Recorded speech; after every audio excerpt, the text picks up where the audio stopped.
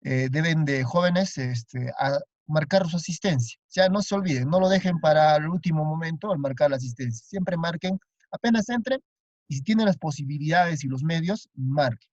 Pero si tal vez tu internet es lento, tienes inconvenientes de acceso, entonces mejor asiste a tus clases, atiende y después marcas. O después con mi persona lo vemos, ¿ya? Pero si tienes todos los accesos a internet, no tienes problemas con la línea, ¿no? No hay algún conflicto. Hay muchos jóvenes que dicen, no, abro el Moodle y abro el Zoom, mi máquina se vuelve lenta, mi celular ya no da, dicen, ¿no?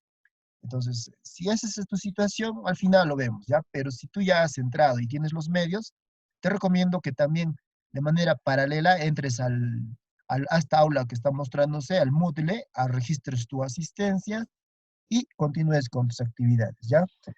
Les digo eso, jóvenes, porque el Moodle detecta la hora a la cual ustedes han ingresado y bueno, no tanto a exigencia mía, sino al tema de que la universidad por su parte también supervisa, ¿sí?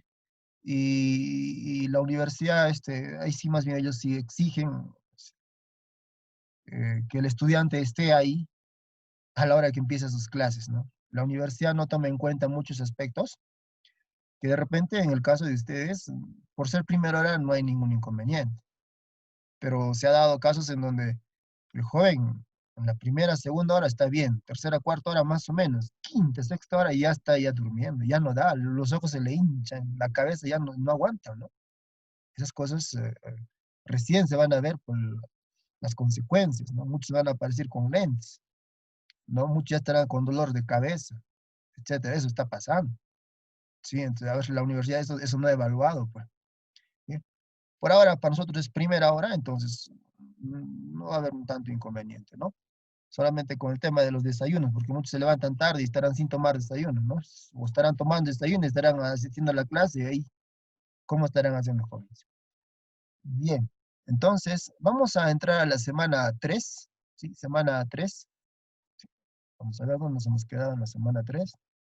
Hay varias diapositivas, las clases están grabadas y si alguna clase me he olvidado de subir, por favor háganme recuerdo.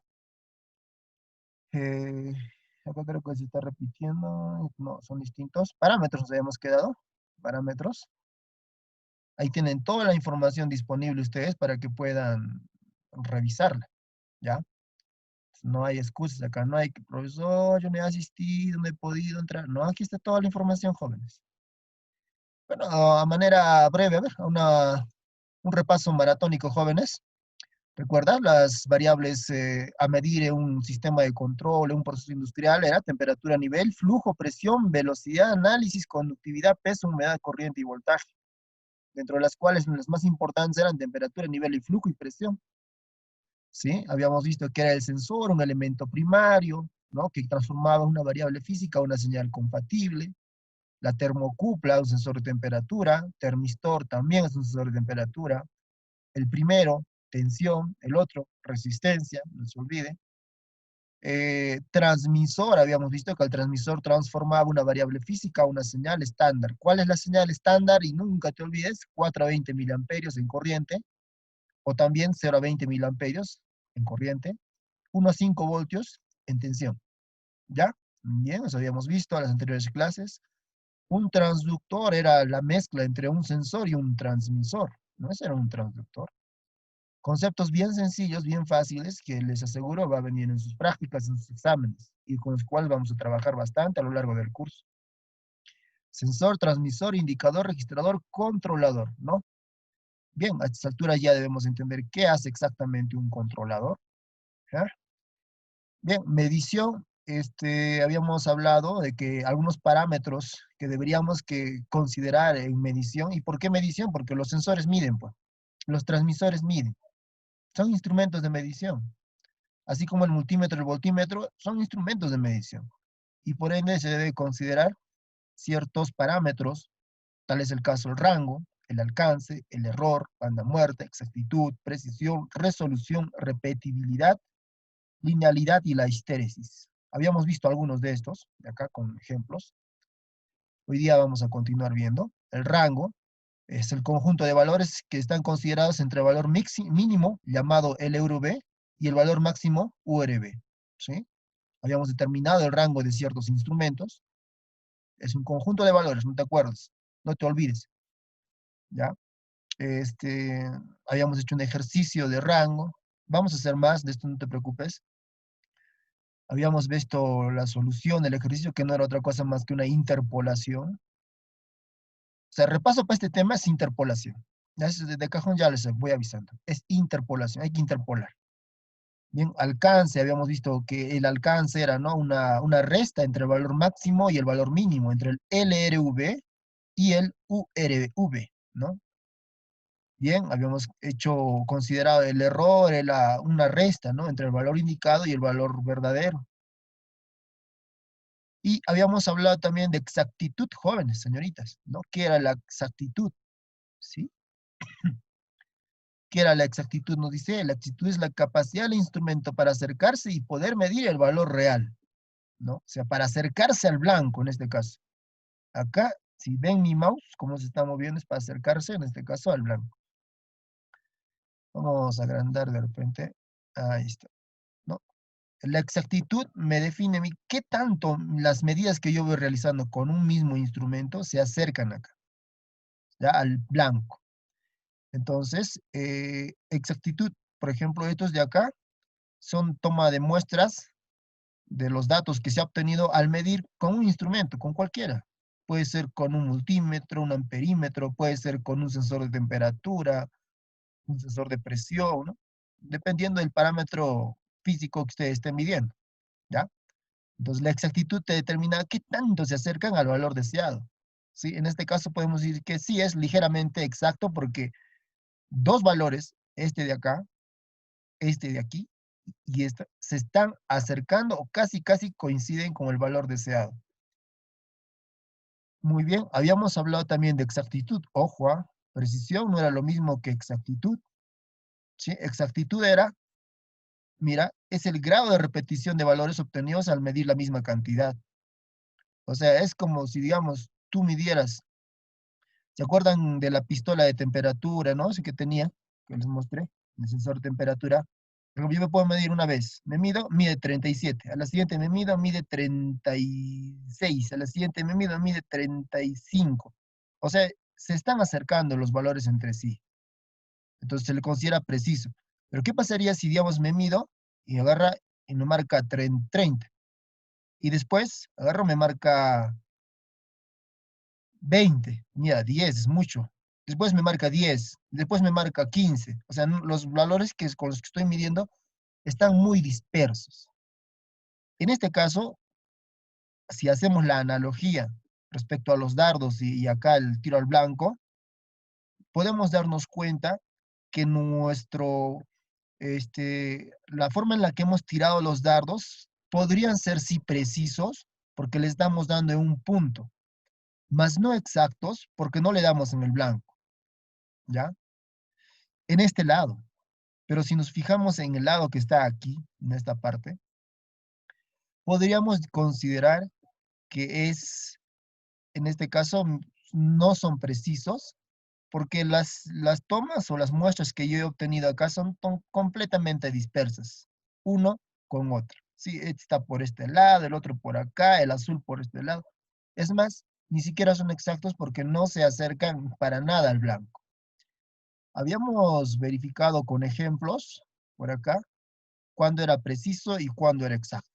¿Sí? Ejemplos muy ilustrativos, jóvenes señoritas, que nos determina de manera, digamos, muy amigable, ¿no? Por decirlo así, cómo entender la precisión y la exactitud. Puede haber instrumentos precisos, pero no exactos. Puede haber exactos de repente, pero no precisos, ¿no? Y acá tenemos, por ejemplo, acá, en esta parte, cuándo son precisos y cuándo es exacto. La solución de esto lo vamos a ver más abajito, por acá, mira. Este instrumento, las medidas que se han hecho con el de acá, son exactas, pero no es preciso. ¿Por qué es exacto? Porque uno le dio al blanco. ¿Y por qué no es preciso? Porque están dispersos las medidas que he tomado. En acá podríamos considerar que es preciso, mas no exacto. ¿Por qué preciso? Porque las medidas que se han hecho están juntas casi, ¿no? Se puede ver que están unidas. Es preciso, pero no exacto. ¿Por qué no es exacto? Porque el blanco está muy alejada de las medidas que se han tomado aquí. En este instrumento que se va acá, recuerda que me refiero a instrumentos, es una analogía, ¿no?, de los valores que he obtenido al hacer una medida con un mismo instrumento. En un determinado momento también, ¿no? El tiempo tiene mucho acá que influye bastante. Entonces acá, por ejemplo, este de acá, el tercero, ¿sí? ¿No? El tercero, pues, ¿no? El tercero de abajo, nos daría referencia a un instrumento que es preciso, porque están cercas las medidas, y también exacto, porque hay uno de ellos, jóvenes, señoritas, hay uno de ellos que sí se ha acercado al valor, en este caso deseado, que es el blanco. Bien, entonces aprendamos siempre a definir y a diferenciar entre preciso y exacto. Bueno, eso era en la clase anterior, todo habíamos hablado, acá hay más ejemplos para que tú lo puedas repasar. Exactitud versus precisión. Son los mismos ejemplos, ¿ya? Solo que están resueltos. Ahora vamos a fijarnos de manera breve en el tema de resolución. Resolución. Nuevamente, jóvenes señoritas, les hago recuerdo, la asistencia ya está activada. No se olviden, apenas ingresen, marquen su asistencia, si tienen los medios, ¿no? Si por A o B tienen problemas con internet, dejémoslo para lo posterior. Al final, a quienes no han podido alcanzar a marcar su lista, que no son más de 5 personas, uno o dos pueden tener problemas, pero el resto, la mayoría sí puede acceder, como se ha podido ver en las clases anteriores. ¿Sí? Marquen su asistencia siempre. En este caso, la resolución, ¿qué es la resolución? Nos dice, la resolución es el cambio más pequeño en la variable de proceso que produce un cambio detectable en la señal de medición expresado en porcentaje de la escala total. En otras palabras, como le dice aquí, es la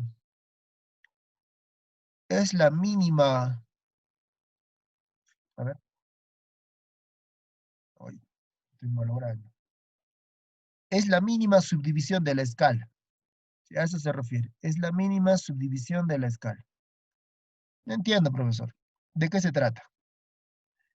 Fíjate, este es un instrumento, nuevamente es un manómetro, me parece, kilopascal, sí, presión, ¿no? Entonces, al referirme yo a la mínima subdivisión, es como cuando tú tienes una regla. Si una regla tú agarras, una regla, la mínima subdivisión, ¿cuál es de la regla? El milímetro, ¿no? Porque tienes centímetros y después los más pequeñitos son milímetros, ¿no? Entonces, es la más mínima escala. En este caso, si vamos a hacer un poquito, un breve zoom, ahí está.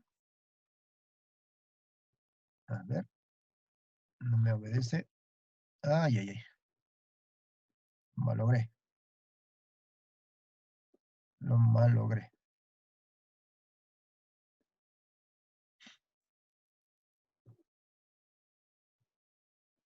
Ahí está, mientras que vuelva.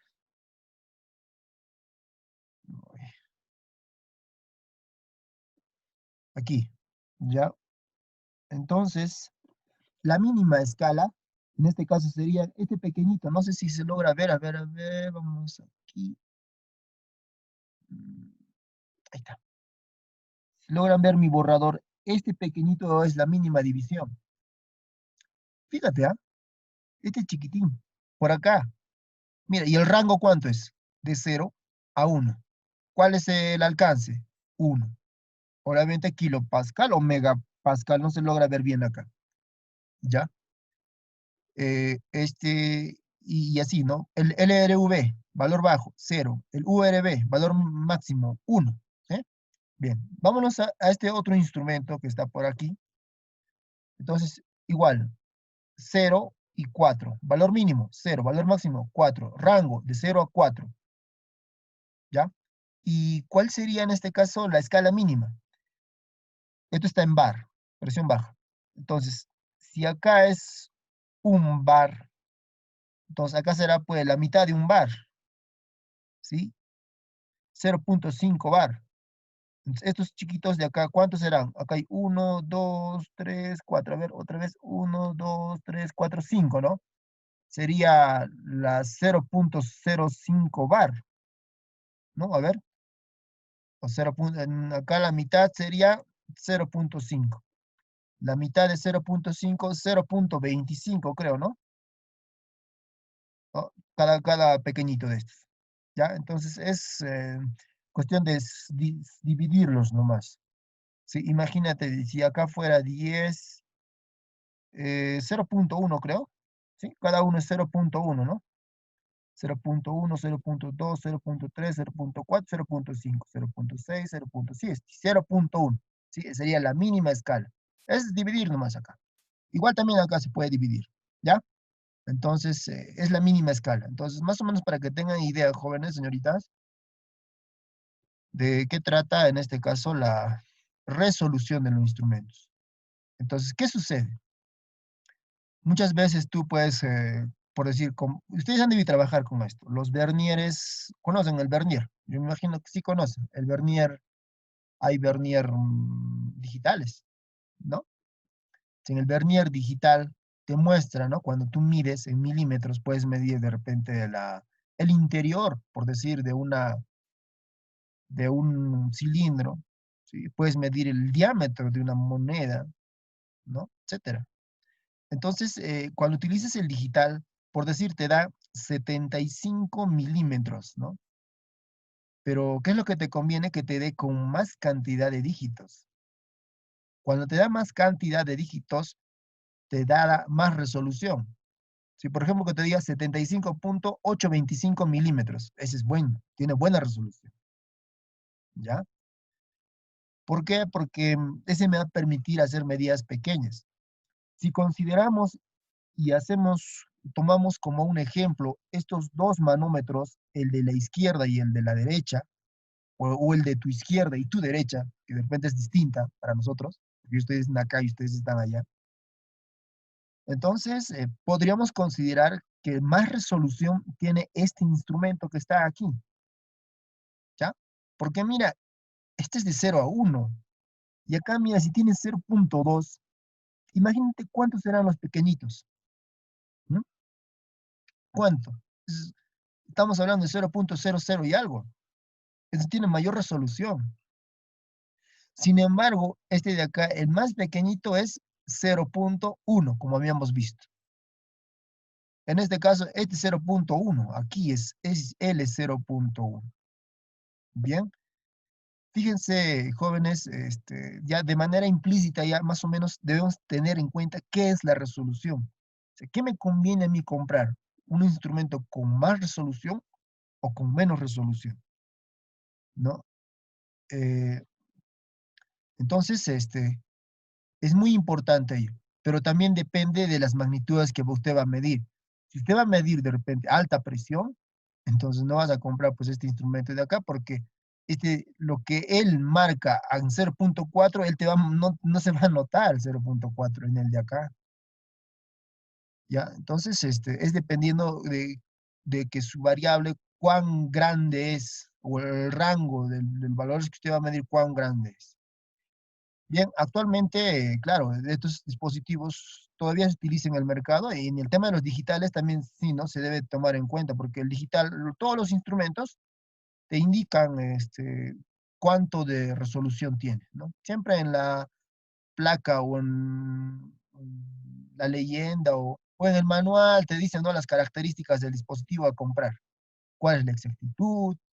De repente cuánto resolución tiene, cuál es el error, ¿no? Siempre te indican en los instrumentos. Y eso no es por gusto, sino para que nosotros sepamos interpretarlos. Bien, acá nos da un ejemplo de resolución. Acá está midiendo, ¿no? En este caso, la resolución sería la medida de este pequeñito. A ver, ¿cuánto sería? Si todo es de 0 a 250, tenemos el rango, valor mínimo 0, valor máximo 250. El alcance es 250 kilopascales, obviamente, y acá la mínima escala, ¿cuánto medirá? Supongo que esto es 50. 50, ¿no? Y acá, ¿cuántos hay? A ver, 1, 2, 3, 4, 5, 6, 7, a 10. Cada uno creo que es 10. A ver, ¿quién me avisa cuánto mide la escala más pequeña? 1, 2, 3, 4, 5, 6, 7, 8, 9. Entonces, ¿cuánto medirá cada uno? 5. 5. 5, ¿no? 5.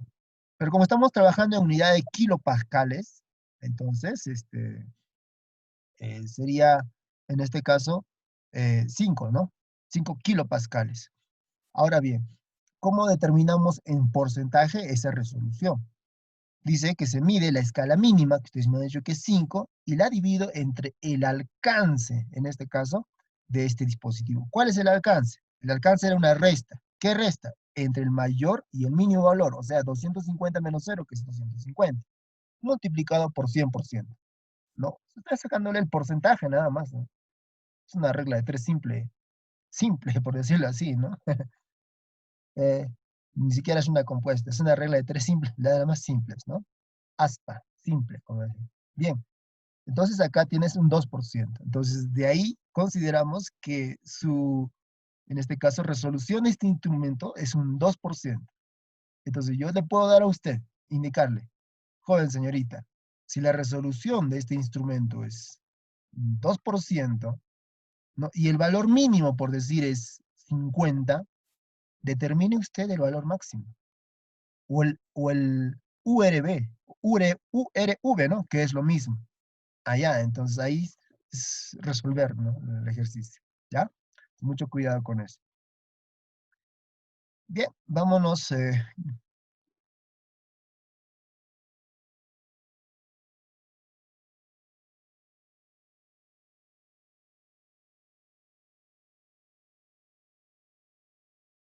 Bien, continuamos. Repetibilidad. Esto no lo vamos a ver mucho. A ver.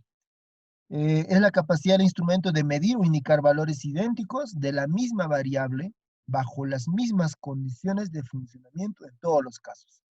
Es más o menos como la precisión, ¿ya? Entonces vamos a verlo con ejemplo en todo caso. Mira, exactitud, precisión y repetibilidad. ¿Ya? Ya para no para confundirlos, pues, ¿ya? ¿No? En este caso, podemos decir que este instrumento en la vida va a ser exacto porque no se aproximan al blanco, ¿sí? Tampoco va a ser preciso porque los valores están recontra dispersos, ¿no? Entonces, claro, claramente se puede ver, ¿no? Y es no repetible porque también es muy, muy desordenado. Vámonos acá. Este instrumento sí tiene razón, es exacto, porque uno de los valores me dio en el blanco. Por lo tanto, es exacto. Es no repetible, porque ni una de las medidas, ni una, no se han repetido y además ni siquiera se acercan entre sí. ¿No? Por lo tanto, tampoco es preciso. En el de abajo, en el de abajo se podría considerar, a ver, no me dejo el mouse. Ahí está. El de abajo se puede decir que es repetible, ¿sí? Porque están casi, casi juntos, estos dos de acá, por ejemplo. Obviamente no es exacto porque los valores están completamente dispersos, o mejor dicho, alejados del blanco. En este caso es repetible porque dos valores por acá se han acercado casi, casi, ¿no? Me dieron la misma medida, ¿no? Se han repetido, en otras palabras, dos de tus valores, ¿ya? Y es exacto porque dos medidas han coincidido con el blanco o con el valor deseado. Bien, entonces repetible cuando se aproximan, o sea, dentro de los varios valores que puede haber, dos, por ejemplo, se aproximan, se repiten entre ellos. ¿Ya? Así estén fuera del blanco, pero si se repiten los mismos valores, se considera que es repetible. Y ahora, si esos valores repetibles están cercanos entre sí, son precisos, se le podría decir. Vamos con el tema de linealidad. Linealidad, bueno, esto ustedes lo han visto en física, yo me imagino, ¿no? Por ejemplo, cuando la profesora, el profesor decía, velocidad es igual a, o espacio es igual velocidad por tiempo, decía, no es una expresión lineal, ¿no? O cuando hablabas de la ley de Hooke, que la fuerza es directamente proporcional a la longitud de elongación o de variación de distancia de un resorte. Era lineal, ¿no? Y por lineal se entiende que es una recta. Entonces ya más o menos nos estaremos imaginando a qué se refiere. Entonces nos dice que es aquella recta que indica el grado de proporcionalidad entre la variable física y el valor medido entre la variable física y la acción ejercida. Por ejemplo, podría ser fuerza a distancia, ¿no? De repente temperatura versus tiempo, pero desde ya les digo que la temperatura pocas veces es lineal, ¿ya? Velocidad con respecto al tiempo será lineal, ¿ya? Entonces hay instrumentos que sí son lineales, hay otros instrumentos que no lo son, no, para nada, no se acercan a una expresión lineal. Eh, la histéresis, y acá, a ver, el tema de la histéresis, creo que les había indicado algo de la histéresis en los procesos, en este caso, de los sensores, ¿no? Inductivos y capacitivos tenían cierta histéresis. No sé si se acuerdan, es que han estado en esa oportunidad. Bueno, sin embargo, para poder nosotros entender el tema de la histéresis, deberíamos de conocer este tipo de curva, pero creo que hasta ahora no lo hemos visto. A ver, ¿hasta dónde lleguemos? Es la diferencia máxima que se observa en los valores indicados por el instrumento para un mismo valor del campo de medida cuando la variable recorre toda la escala en forma ascendente y luego en forma descendente. Por ejemplo, mira, usted, imagínate, ¿ya? Imagínate. Seguimos con el sensor de temperatura. Imaginemos un rato que usted está agarrando el sensor de temperatura y toma el tiempo, por decir. mm, ya. Lo que vas a hacer, imaginariamente, ¿ya? Imagina que tienes una plancha, ¿ya? Todos tenemos una plancha en casa. Y tienes un sensor de temperatura que lo has colocado cerca a la plancha y con tu instrumento de medida. Bien, en ese momento, en ese momento, enchufas la plancha y empieza a calentar. Eso sería para nosotros en forma ascendente, como lo dice acá, en forma ascendente, porque vamos a aumentar en este caso la variable a medida que es temperatura. ¿Ya? ¿Está bien, no? Entonces, pones tu sensor de temperatura cerca de la plancha y le enchufas plancha y empieza a calentar. Y tú con un reloj y con tu instrumento de temperatura vas leyendo la temperatura conforme al tiempo. Cada 5 minutos, no, ya, cada 5 minutos, ¿ya? Está bien, 5 minutos, o es mucho, no, mucho 5 minutos, porque la plancha calienta rápido. Ya sería, en todo caso, cada 10 segundos, ya, por decir así, cada 10 segundos. Entonces, tomas tus datos. En 10 segundos te marcará de repente 20 grados centígrados. En 20 segundos te va a marcarte de repente 25 grados centígrados. En 30 segundos te marcará otro valor, 30 por decir, y así, ¿no? Durante un minuto puedes hacer eso y tomas datos. Bien. Apenas, joven señorita, apenas tú llegas a un minuto, vas a hacer ahora en forma descendente. Entonces, ¿qué va a pasar? En forma descendente. Ya. Desenchufas la plancha y vuelves a tomar los datos. Entonces, debería de ser el mismo valor obtenido, por ejemplo, en el segundo, hemos dicho un minuto, ¿no? 60 segundos. En el segundo 60, ¿no? El dato tomado en el segundo 50 debería ser considerado, ¿no? O sea, los valores deberían de coincidir en forma descendente. No sé si me dejó entender en esa parte, joven. De acuerdo al tiempo que usted ha tomado, ahora vas a lo revés, pues vas a tomar el tiempo hasta de 0 a 60 segundos, pero en este caso ya se va a enfriar. Cuando tú anotes esos valores, tanto en forma ascendente como en descendente, teóricamente deberían ser los mismos, pero no ocurre así. En este tipo de procesos no sucede eso. Peor si es temperatura. No es lo mismo que cuando calienta que cuando enfríe, ¿no?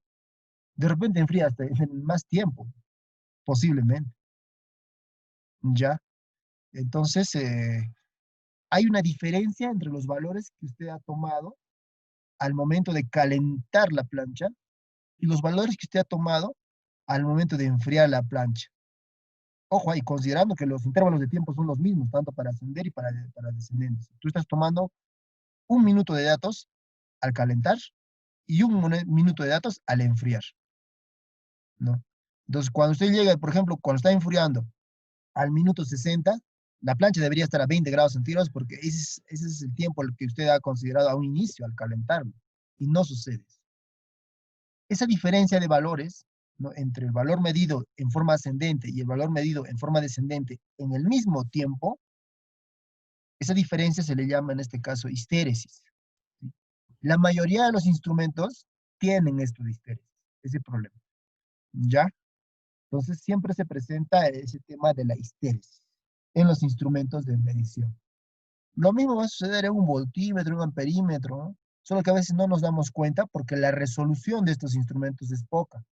Solamente te da con un decimal. Ahora, si te dara con 4, no, 5 decimales, ahí sí te das cuenta.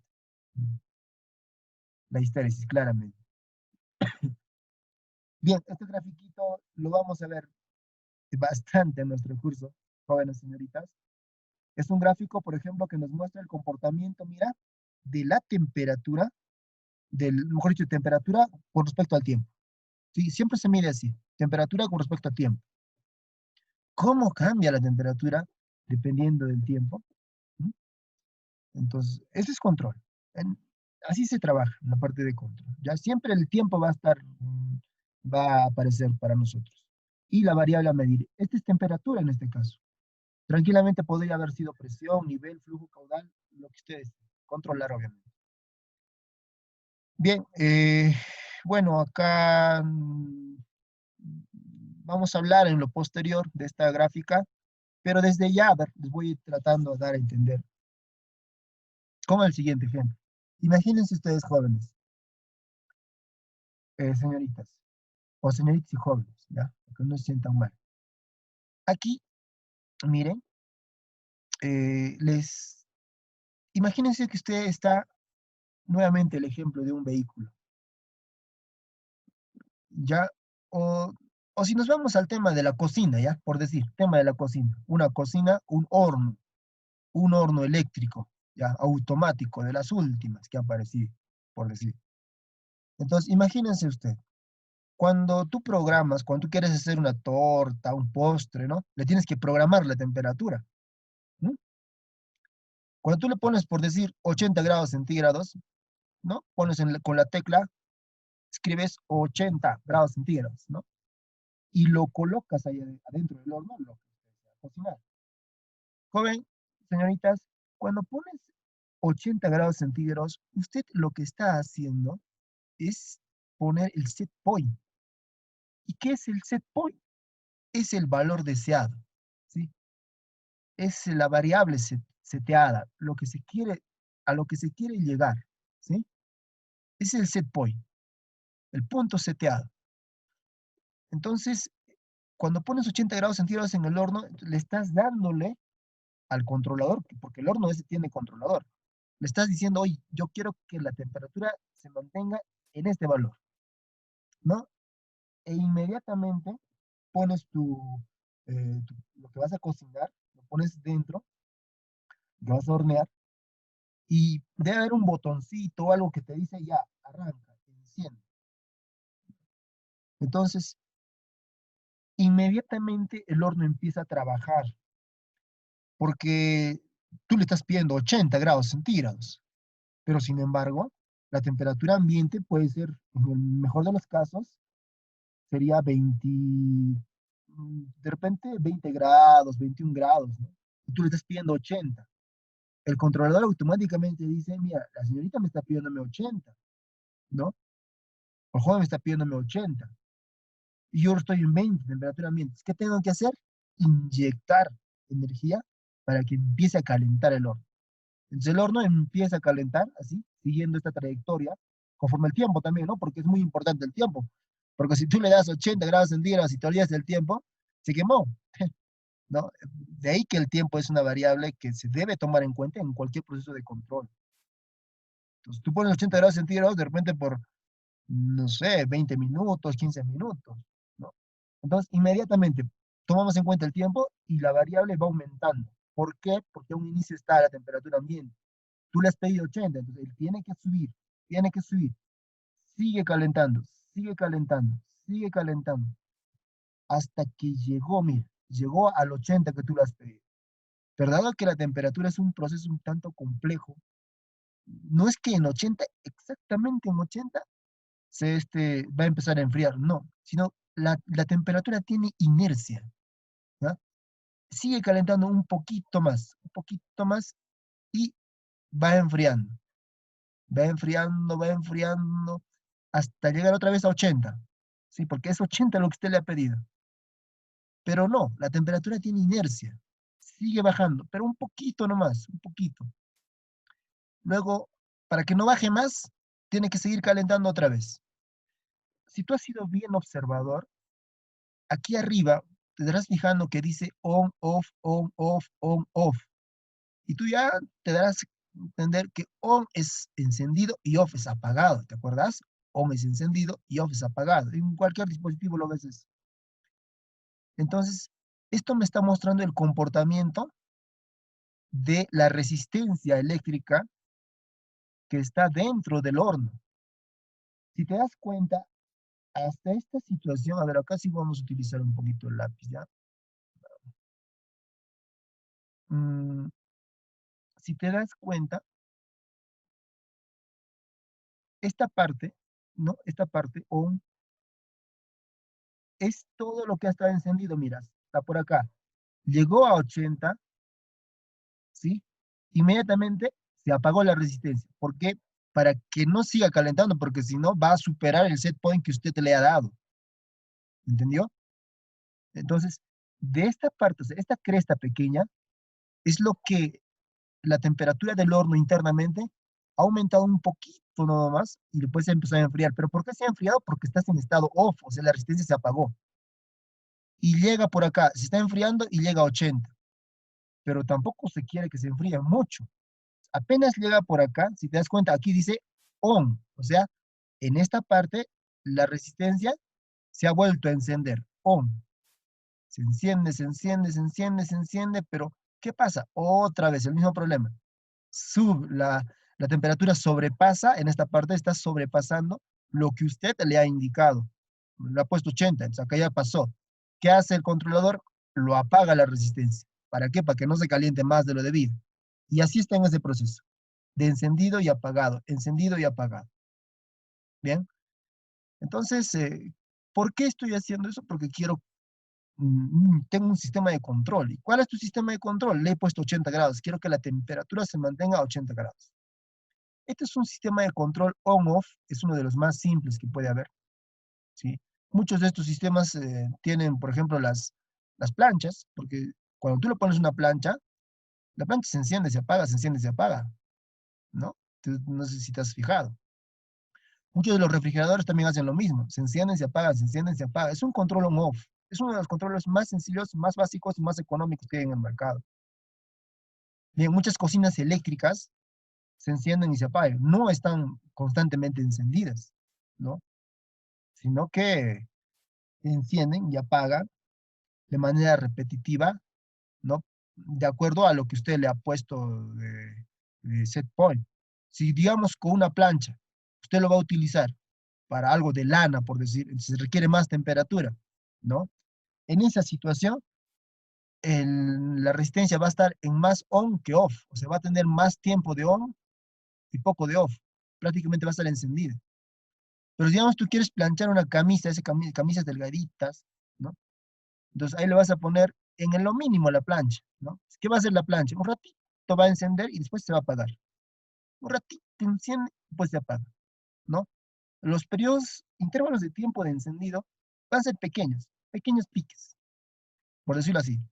Se enciende, se apaga. Sigues planchando. Se enciende, se apaga, ¿no? ¿Por qué? Porque internamente su mecánico no tiene un controlador, en ese caso no tiene un controlador eléctrico, pero sí tiene un controlador mecánico, sí, las planchas internamente, que hacen ese control, ¿sí? Y es bien interesante su control en las planchas y como de otros accesorios también.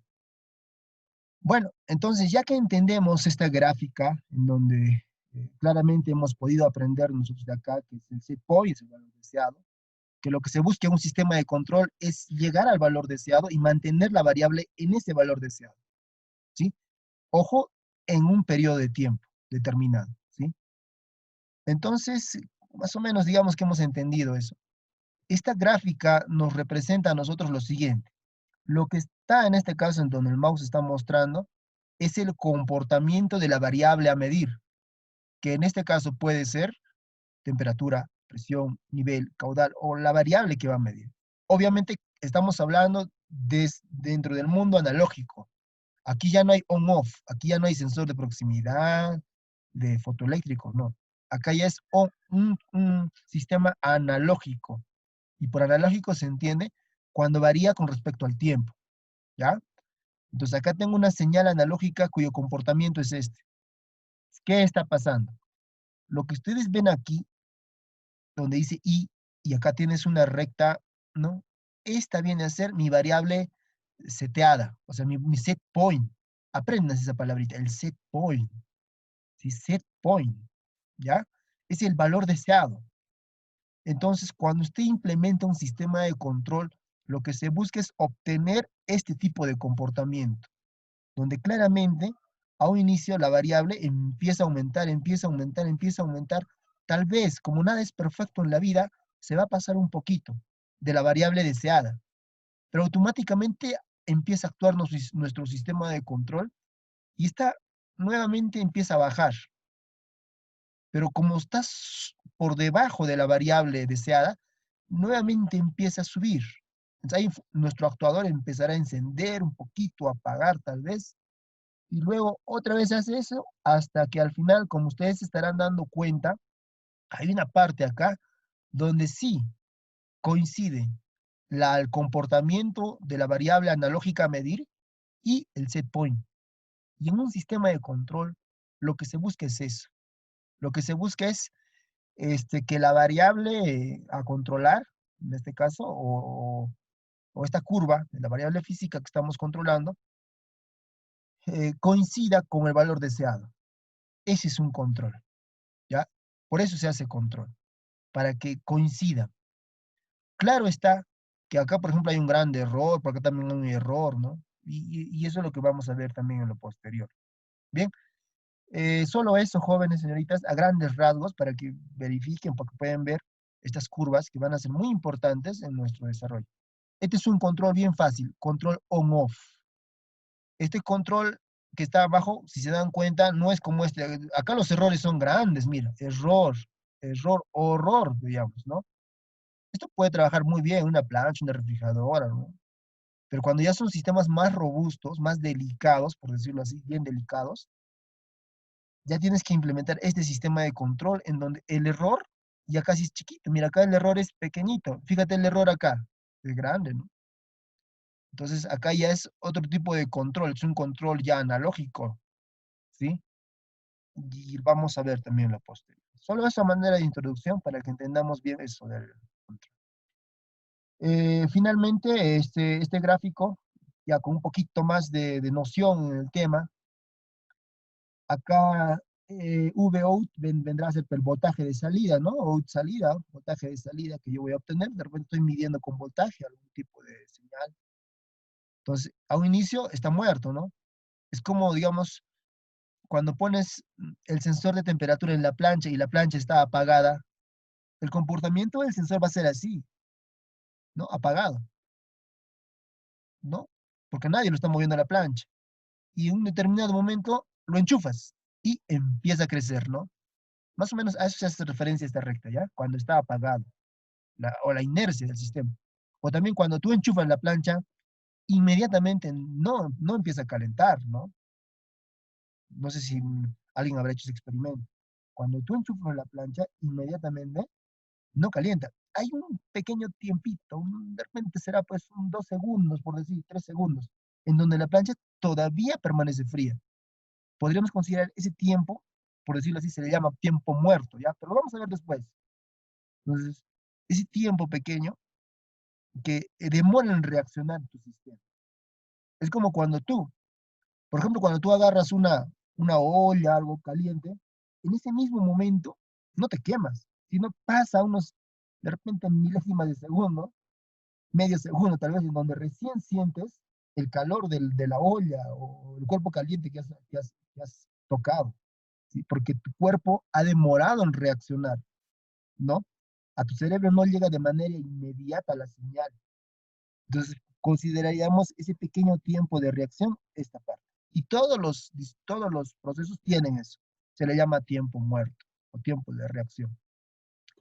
Inmediatamente después empieza a elevarse, en este caso, a elevarse, a elevarse, a elevarse, a elevarse, sube, sube, sube tanto que alcanza un pico. Y siempre se repite ese pico. Aquí lo tienes por aquí, en esta parte. Aquí tienes varios picos, ¿no? Porque es un control on-off, ¿sí? Ese pico al cual le vamos a considerar overshoot, ¿ya? Overshoot. Y nuevamente empieza a bajar, y empieza a subir, y empieza a bajar, y empieza y así, hasta lo que se quiere llegar es a esto. Este es el objetivo de un sistema de control. Que la variable de control esté, eh, consideramos, constante y esté dentro del, en este caso, del set point. El set point, aquí el set point, jóvenes señoritas, es un punto exacto, ¿sí? Pero muchas veces los sistemas de control, tú no un set point exacto nunca te va a dar, pocas veces, ¿no? Tendría que ser muy robusto tu sistema de control. Entonces, pero sí podemos tomar un cierto conjunto de valores. Si digamos mi set point le he puesto 80, pues, es tolerable que esté en 78, 80, de repente suba un poquito más, 82, entonces, puedo considerar una tolerancia, ¿no? Sí, se puede hacer eso. Si quiero que esté en 100 grados centígrados, por decir, es tolerable que esté en 98 o 102, ¿no? Entonces, usted le está dándole, mira, un margen de valores, ¿ya? Entonces, si la variable en este caso, la variable de control que estamos midiendo, está dentro de ese intervalo, por eso le dice valor final, eso es bueno, ¿sí? Pero si se ha dado casos en donde, por ejemplo, como aquí ha sobrepasado, entonces ahí consideramos un overshoot. Ah, y acá también ha bajado mucho, ¿no? Salió, aquí también se salió, pero aquí ya, a un determinado tiempo, aquí ya se ha restablecido, ¿ya? Y se restablece y se mantiene constante. Bueno, el undershot, perdón, en este caso el undershot el, el undershot nos daría a entender el pico más bajo. En este caso sería esta, mire. Lo que estamos haciendo aquí es un zoom, ¿no? Un zoom en esta parte. ¿Sí? Lo que está aquí es un zoom. Estamos agrandando. Entonces acá el undershot sería el pico más bajo, ¿sí? El más bajo. Y overshoot es el más alto. Claro, está dentro de un intervalo del cual yo quiero que se mantenga que se mantenga constante mi variable, en este caso, la variable de control, ¿ya? Vamos a verlo bastante, estos gráficos, pero ya entender qué es el overshoot, qué es el undershoot. Bien, todo eso cuanto a esta parte es muy interesante porque este ya es un adelanto de lo que en realidad va a tratar nuestro curso. Yo quería entrar por la práctica e irme a la teoría, eso es lo que he hecho. Me he entrado de frente a la práctica, hemos agarrado sensores, hemos entendido qué son los parámetros, ¿no? Para entrar a esto. Porque si tú abres los libros que yo les he impartido, los libros de control, de frente se mete la matemática. Haz esta curva, ¿no? Haz estas de acá y, y sabe Dios, el estudiante tal vez no conoce, no ha visto nunca un sensor, no sabe qué hace un sensor, ¿no? ¿Cómo se instala un sensor? No entendemos. Entonces, nosotros hemos querido, y de acuerdo a la experiencia también, entrar primero a la parte de lo que son sensores para poder entender en sí estos gráficos, qué es lo que pasa, con un poquito más criterio. No será perfecto, pero al menos ya ayudará a entender, ¿no? Esta gráfica, qué es, ¿no? Y para qué sirven estas gráficas. Lo vamos a ver bastante en lo que va en adelante de los siguientes temas, ¿ya? Sensibilidad creo que no habíamos visto. Es la razón entre el incremento de la lectura y el incremento de la variable que ocasiona después de haber alcanzado el reposo, nos dice, ¿no? Esto creo que se ha infiltrado por ahí esta diapositiva. Undershot nuevamente se está repitiendo. Explicar siguientes términos. Este es un ejercicio que creo que ya lo podemos ver. El rango ya conocemos, no hay inconveniente. Sensibilidad a la temperatura. Ya, eso lo revisamos en todo caso. Acá hay un ejercicio. ¿Sí? Eso sería tareita para poder verlo porque ya son temas que se ha visto. Las operaciones son bien sencillas, bien fáciles. Es una división y una multiplicación. No creo que sea tan complejo hacerlo, ¿no? Bien, acá hay ejemplos. El día jueves, en todo caso, estaríamos resolviendo estas cosas, estos ejemplos. Tenía algunos ejercicios, pero no los he podido encontrar. Ya, los siguientes resultados fueron obtenidos en la prueba de un generador de sensor de sensibilidad y la linealidad. No es más que graficar el dispositivo ya. Estos ejercicios lo vemos con nuestra pizarra el día jueves. ¿Ya? Bien, jóvenes, ese tema de los parámetros en dispositivos lo terminamos de esta manera. Quedaría pendiente los ejercicios para poder revisarlos. No obstante, ustedes pueden estar verificando. No se van a dar cuenta, es solamente operaciones, las elementales, bien básicas. Hasta ahí terminaríamos lo concerniente a la semana anterior. Para esta semana ya estaba programado la última parte de instrumentación y creo que para la siguiente continuaremos ya con un tema en sí de control. ¿Mm? Bueno, creo que se había considerado un trabajo. No sé si ya lo han enviado, han tenido inconvenientes, tal vez por ahí alguien. Dentro de un rato voy a ver quiénes lo han enviado, quiénes han enviado, ¿ya? Vamos a irnos por acá a la semana 4. Entramos por ahí, semana 4.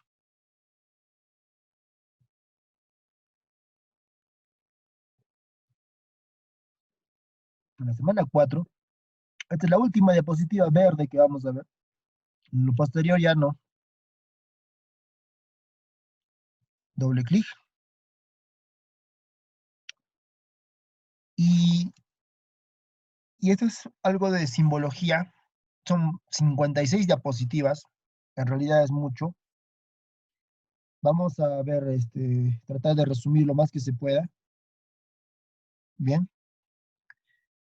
Hasta donde avancemos. Ya hasta 8:30 tenemos hoy día, ¿no? Entonces avanzaremos hasta las 8:20. Y el 10 minutos lo dedicamos a ver con la lista, el tema de los trabajos, a ver quiénes tienen inconvenientes, ¿ya? Entonces avanzaremos unos 20 minutos con este tema. Y esto es importante porque nos va a permitir a nosotros leer esos planos de instrumentación. ¿Sí? Instrumentación industrial, los planos de instrumentación industrial, los famosos P&ID. La aplicación, cuando tienes varios instrumentos, difícilmente vas a poder ubicar, porque son tantos instrumentos por toda la planta, y esta es una planta pequeña, pues para poder ubicarlos usted debe de tener un plano, así como el eléctrico tiene sus planos, el mecánico tiene sus planos, el electrónico tiene sus planos, todos los ingenieros, civil tienen planos, ¿no? En el área de fotovoltaica también he visto planos, ¿no? Que son casi de la mano, se llevan con el tema de eléctrico y lo que es fotovoltaico, ¿no? Dispositivos, monos cristalinos, poliscristalinos, inversores para conexión a la red, tiene su simbología, ¿ya? En instrumentación también tenemos nuestra simbología. Ojo que yo estoy llevando instrumentación industrial, ¿ah? Todo esto es instrumentación industrial. Lo que estamos viendo nosotros es instrumentación industrial, ¿ya? Eh, ¿Por qué se trabaja bastante con los planos de instrumentación? Porque es necesario, ¿no? Imagínese usted en este tablero, que es un tablero de fuerza y hasta lo que estoy viendo también de control.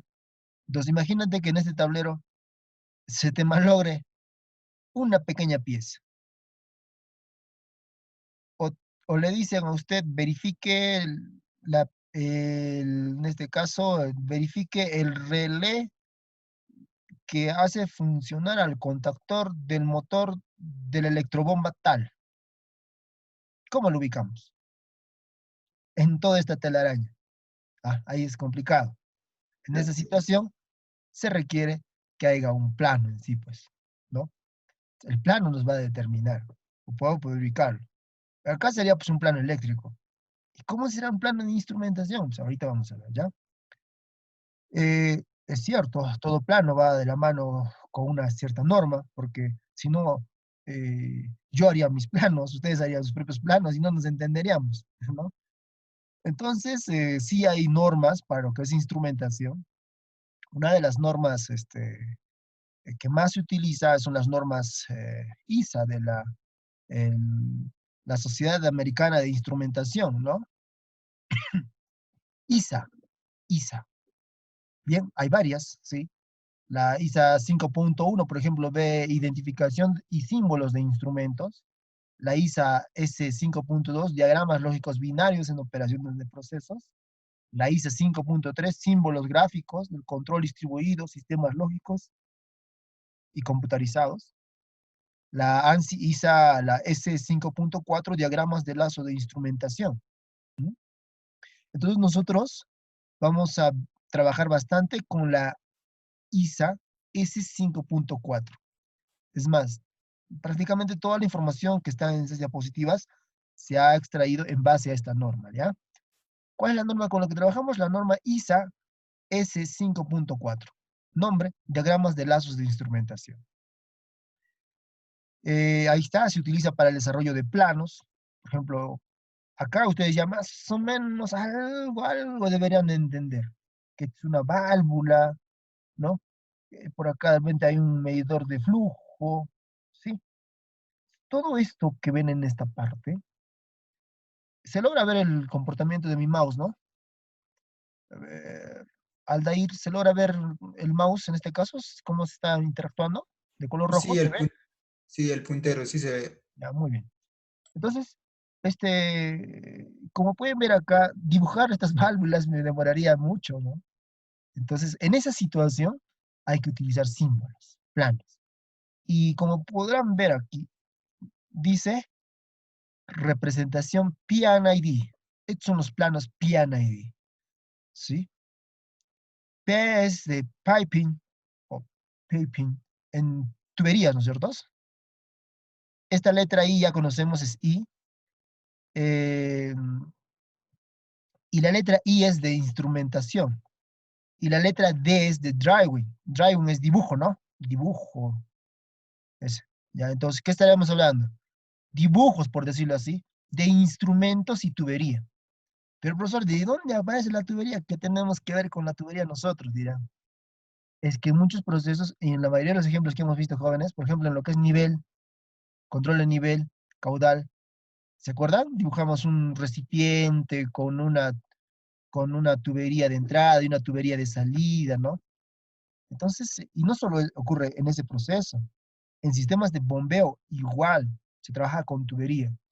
Entonces, la instrumentación en este caso, y dentro del ámbito de estudio nuestro, va a estar siempre relacionada con las tuberías. Por eso es que aquí aparece piping, ¿no? De piping en inglés creo que es tubería. Entonces, diagramas de instrumentación y tubería. ¿Instrumentación quiénes son? Los sensores de presión, de nivel, de caudal, los sensores de proximidad, esos son instrumentos. Instrumentos de medida. Bien. Y tubería, ¿dónde van instalados esos sensores, no? Hay algunos casos, es posible, en donde no va a haber tubería, ¿no? Pero así le han puesto su nombre, pues, ¿no? Diagramas PNID. ¿Qué es un diagrama PNID? Es un plano en el cual se muestra el esquemático de instrumentos y tubería que están instalados en un determinado sistema. ¿Ya? Entonces, su plano está aquí. Mira, ¿cuántas válvulas hay? 1, 2, 3, 4. ¿Cuántas tienes acá? 1, 2, 3, 4 válvulas. Acá abajito hay otra válvula, como las que tenemos en casa, mira. Esa es esta. ¿Sí? Aquí abajito hay otra válvula. Ahí está. Este es tipo mariposa. ¿Ah? ¿Sí? Entonces, lo mismo se refleja en plano y el dibujo, el esquemático. La norma S5.4 es con la que vamos a trabajar y van a ustedes revisar esta norma. Lo vas a encontrar en internet, pones norma ISA S5.4, te va a aparecer diapositivas, videos, montón de información al respecto. En este caso, tienes un esquema de un determinado proceso, fermentación, creo que dice acá, subtracción, tanque, subtracción, aire, ¿no? Una planta, pequeña planta, la cual tiene instalados distintos instrumentos, dentro de los cuales ya alguien me estará diciendo, profesor, él es válvula, él es válvula, él es válvula y él es válvula. Este redondito, no sé si logran ver la letrita, dice FC, sería un controlador de flujo. No, acá dice FC, controlador de flujo. Ah, ya. T, en este caso, que, bueno, podría ser un sensor de temperatura. T, que está midiendo la temperatura de acá y le está enviando la información hacia el controlador. Y tú ya sabes, a estas alturas yo me imagino que un controlador recibe información proveniente de los sensores y envía información ¿a quién? Al actuador. Si en este caso tengo un sensor de temperatura, un fermentor, y tengo un actuador que es una válvula. O sea, dependiendo de ello, esta válvula se abrirá o se cerrará, pues, ¿no? Ya el proceso, hay que entender el proceso. ¿En qué consistirá pues este proceso? ¿Sí? Eso ya es un estudio particular, lo digamos, ¿ya? Pero vamos a ver más de los ejemplos. Aquí, por ejemplo, jóvenes señoritas, tengo un tanque. Dentro del tanque hay agua, ¿bien? Entonces, este es un proceso, hasta lo que veo, es de control de nivel. Mira, control de nivel, lo que hemos hecho.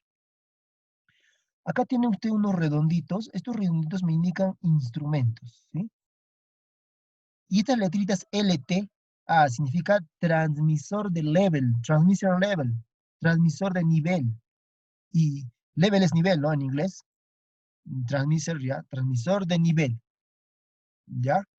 Entonces, ¿qué te está indicando? Que aquí está ubicado un transmisor de nivel que me está midiendo el nivel de este tanque. Y este transmisor de nivel está enviando información ¿hacia quién? A un control level, controlador de nivel, que puede ser un PLC, un Arduino, un PIC, ¿no?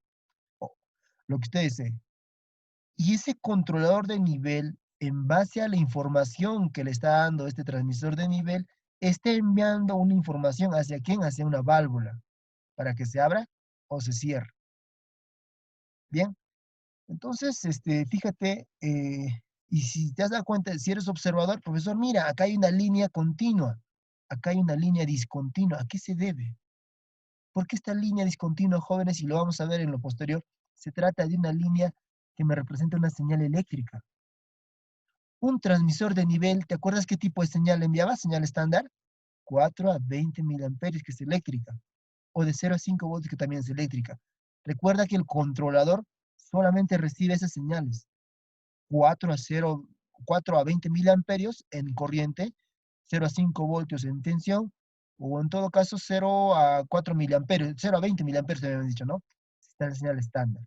Y en base a ello envía una señal hacia el actuador para que abra o para que cierre. Haz de cuenta que, digamos, todo esto que está aquí no existe. Y si usted quiere mantener el nivel, controlarlo, el nivel, por ejemplo, a esta altura, como indica acá, ¿qué tendrías que hacer manualmente, no? Oye, abre la válvula, no, cierra un poquito más, no, abre. Tendrías que estar en eso. O sea, con tus ojitos tendrías que estar mirando el nivel, por acá, si es transparente, obviamente, y con la mano tendrías que estar abriendo, cerrando, ¿no? Esa sería la única manera. Pero como estamos implementando un sistema de control, hay que ponerle instrumentos. ¿Qué instrumentos? Primero, un sensor de sensor de nivel. Pero de por sí el sensor de nivel no va. Entonces acá le está poniendo un transmisor de nivel. Es posible que acá dentro hay un sensor de nivel, pero no nos los dice acá. Si no nos los dice, lo está tomando en global, transmisor de nivel. Manda señal eléctrica, porque es punteado, es discontinuo. Él está mandando señal neumática. ¿Por qué? Porque acá tiene estas dos líneas oblicuas paralelas me indican que esto es una señal neumática. Es posible que esta válvula sea neumática. Este redondito que está aquí y con esta raya así oblicua no es un instrumento. Y mucho ojo acá, pregunta de examen. Esto no es un instrumento. Basta que te aparezca esta línea oblicua, simplemente te está indicando qué es. O sea, es como un indicador, te está diciendo qué es esto. qué es a donde está señalando, ¿sí? Es una válvula. Él está diciendo, es una válvula, este dispositivo es una válvula para medir el nivel, ¿ya? Entonces, ojo, aquí, este sí es un instrumento, pero profesor, mira, él es redondo, y él también es redondo, sí, pero ¿cuál es la diferencia? Los instrumentos tienen sus líneas que salen o entran, tienen que ser o bien horizontales o bien verticales. No deben de tener así oblicuos. Si usted ve un redondito donde te dice que es oblicuo, entonces no vayas a pensar que es un instrumento, sino simplemente es un indicador y te indica qué es el dispositivo al cual está señalando esta línea oblicua. Ya, mucho cuidado con eso. Y profesor, ¿y por qué tiene 100? ¿Por qué es 100? Ah, ya. Porque es un lazo de control. Acá estoy controlando qué cosa? Nivel. De repente por acá hay otro controlador y estás midiendo temperatura, ¿no? Entonces ese sería otro lazo de temperatura, por decirlo. Y le pondrías otro número, ya no 100. Le pondrías de repente 101, 102, ¿no? Entonces, ¿qué pasa? Está fallando mi planta. Entonces, ¿qué diría yo? Oye, está fallando la planta. ¿Qué está dando? No mide el nivel. Ah, ya. Entonces tendrías que leer en tu plano todo lo que está en el lazo de control de nivel, que en este caso es 100. 100, 100, todo lo que es 100. Verificarás la válvula, verificarás el controlador, verificarás el transmisor, de acuerdo a tu plano, tu esquema. Pero si te diría, oye, no hay temperatura, no mide temperatura, entonces, si vas a estar observando estos instrumentos, estarías perdiendo el tiempo, porque no va al caso. Es lazo 100, ¿no? Lazo 100. Este número 100 es un número arbitrario. Tú le puedes poner tu número, le puedes poner 666, ¿no? 666 ese número, ¿ya? No es que estoy haciendo difusión al número ese, ¿no? No vayas a pensar mal. Entonces, u otros números tan divertidos que hay, que puedes encontrar, ¿no? Entonces, sí, tú le pones el número que usted desea. Si tú le has puesto 666, ya pones 66666 acá, no hay problema. Le has puesto 88, ya pone 88, 88, 88, 88. Y ese es tu lazo que tú le has designado. ¿Ya? Bien. Entonces ya más o menos que sabemos qué son estos redonditos, ¿no? Y qué son líneas continuas, líneas discontinuas, qué son líneas oblicuas, señal neumática, es una válvula mariposa. Cuando es oblicua, no es un sensor, sino te está indicando qué es el dispositivo al cual apunta esta línea oblicua. Bien. Símbolos e instrumentos. Y creo que acá nos vamos a quedar. Instrumentos discretos, es ese redondito, ¿ya? Eh, un instrumento discreto es un instrumento, por ejemplo, un transmisor de temperatura, está sellado, está completamente cerrado, es una cajita cerrada, usted no puede ver, ya ese sería más o menos así, en redondito. Pero hay instrumentos que tienen un display, ¿ya? O sea, no solamente mide temperatura, sino te indica cuánto de temperatura. Entonces, con un display compartido y con un control compartido es ya no solamente el redondo o el círculo, sino también es un cuadradito, ¿sí? Pero hay dispositivos que, que no solamente ya registran, sino son PLCs, por decir, no, son función de computadora, ¿no? A ver, hay instrumentos que tienen el comportamiento de una computadora. O sea, usted lo conecta con cable de red, es como una computadora, ¿ya? Entonces su símbolo va a tener esta manera, que creo que es un hexágono, ¿no? Y los controladores lógicos programables, o sea, los PLCs, más bien ya tienen este simbolito. Son, si no me equivoco, son 4 nada más, ¿sí? Son 4 de estos. Habrá que aprendernos estos 4 o buscar información al respecto. No hay más. La norma ISA S5.4 nos dice que solamente va a haber, en este caso, 4. El dispositivo discreto con display que tiene la función de computadora y que tiene un controlador lógico programable. Esos son los símbolos. Bien, en todo caso, nos quedamos por ahora hasta aquí. Tú, si deseas, puedes estar viendo, la información ya está publicada, de tal manera que mañana, o el día jueves, vengas ya con conocimiento previo. Y si deseas, puedes buscar otra información en internet, instrumentación y más o menos información que se asemeje a lo que estamos haciendo. Bienvenido sea, vaya revisándolo, ¿ya? Entonces el día jueves continuamos con esta parte y esperamos terminar para el día jueves. Bien, jóvenes, hasta aquí el avance del día de hoy.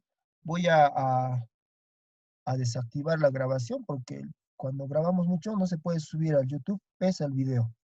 Entonces, detener grabación.